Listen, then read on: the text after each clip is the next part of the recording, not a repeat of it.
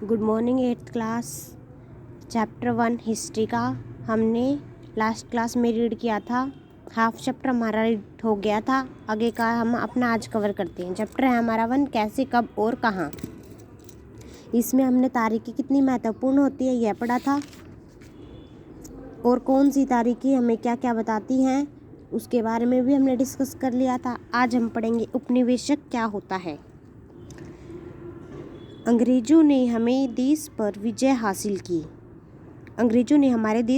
हासिल की और स्थानीय शासकों का दमन करके अपना शासन स्थापित किया, और किस प्रकार उन्होंने अर्थव्यवस्था व समाज पर अपना नियंत्रण स्थापित किया। अपने सारे खर्चों को निपटाने के लिए किस प्रकार राजस्व वसूल किया, अपनी ज़रूरत को चीज़ों को सस्ते दाम पर खरीदा, महत्वपूर्ण फसलों की खेती कराई और उनका निर्यात किया। सबके कारण क्या बदलाव आए। आप ये भी जानेंगे कि ब्रिटिश शासन के कारण यहाँ की मान्यताओं और रीति रिवाजों व तौर तरीकों में क्या क्या बदलाव आए। जब एक देश पर दूसरे देश के शासन से इस प्रकार के राजनीतिक, सामाजिक, आर्थिक, सांस्कृतिक बदलाव आते हैं तो यह प्रक्रिया क्या कहलाती है? औपनिवेशिकरण कहलाती है। औपनिवेशिक हमारा क्या कहलाता है? जब एक देश पर दूसरे देश के शासन से राजनीतिक, सामाजिक, आर्थिक, सांस्कृतिक बदलाव आते हैं तो हमारा कहलाता है औपनिवेशिकरण। किंतु सारे वर्ग और समूह इन बदलाव को अलग अलग ढंग से अनुभव कर रहे थे, इसलिए इस पुस्तक को हमारे अतीत नाम दिया गया है। हम किस तरह जानते हैं? क्या आप बता सकते हैं कि भारतीय इतिहास के पिछले 200 या 250 साल का इतिहास लिखने के लिए इतिहासकारों द्वारा कौन से स्रोतों का इस्तेमाल किया जाता है? प्रशासन अभिलेख तैयार करता है। अंग्रेजी शासन द्वारा तैयार किए गए सरकारी रिकॉर्ड से इतिहासकारों को काफ़ी मदद मिलती है। अंग्रेजों का मानना था कि चीज़ों को लिखना है वो बहुत ज़रूरी होता है। उसके अनुसार हर निर्देश, हर योजना, नीतिगत फैसले या जरूरी जांच को स्पष्ट लिखना महत्वपूर्ण था। ऐसा करने से चीज़ों का अच्छी तरह से अध्ययन किया जा सकता है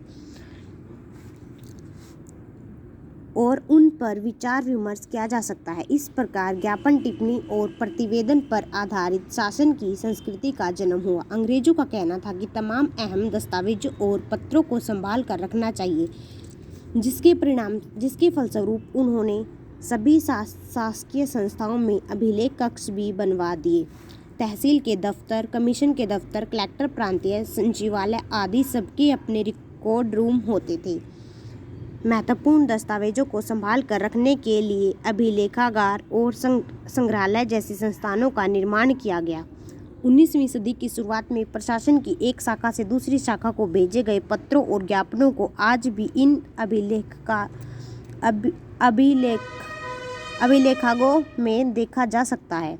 यहाँ पर जिला अधिकारियों द्वारा निर्मित किए गए नोट्स और रिपोर्ट भी पढ़ी जा सकती हैं, और ऊपर बैठे अफसरों द्वारा प्रांतीय अधिकारियों को भेजे गए निर्देश और सुझाव भी देखे जा सकते हैं।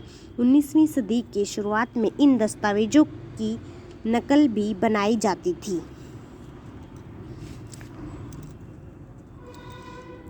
इन दस्तावेजों को खुशनवी के माहिर लिखते थे। खुशनवीसी या सुलेखनवीसी वे लोग कहलाते थे जो बहुत खूबसूरत ढंग से चीज़ें लिखते थे। 19वीं सदी के मध्य तक छपाई तकनीक का विकास भी होने लगा था। इस तकनीक की मदद से प्रत्येक सरकारी विभाग की कार्रवाई के दस्तावेजों की कई कंपनियां बनाई जाने लगी। सर्वेक्षण का बढ़ता महत्व। औपनिवेशिक शासन के काल में सर्वेक्षण का चलन भी बढ़ता गया। अंग्रेजों का मानना था कि किसी देश पर अच्छी तरह से शासन चलाने के लिए सही ढंग से जानना बहुत आवश्यक होता है। 19वीं सदी की शुरुआत में पूरे देश का नक्शा तैयार करने की योजना बनाई गई, जिसके लिए कई सर्वेक्षण किए गए। कई क्षेत्रों के सर्वेक्षण किए गए। इन सर्वेक्षणों में धरती की सतह, मिट्टी की गुणवत्ता, वहाँ मिलने वाले पेड़ पौधे और जीव जंतु, स्थानीय इतिहास व फसलों की जानकारी हासिल की। अंग्रेजों का मानना था कि किसी इलाके पर शासन करने के लिए इन सारी बातों की जानकारी आवश्यक थी। 19वीं सदी के अंत तक हर 10 साल में जनगणना भी की जाने लगी, जिसके जरिए भारत के विभिन्न प्रांतों में रहने वाले लोगों की संख्या, उनकी जाति, व्यवसाय के बारे में जानकारियाँ हासिल की जाती थी। इसके अतिरिक्त वनस्पतिक सर्वेक्षण, पुरातात्विक सर्वेक्षण, मानवीय सर्वेक्षण, मानवशास्त्रीय सर्वेक्षण, वैज्ञानिक सर्वेक्षण, वन सर्वेक्षण आदि बहुत से सर्वेक्षण भी किए जाते थे।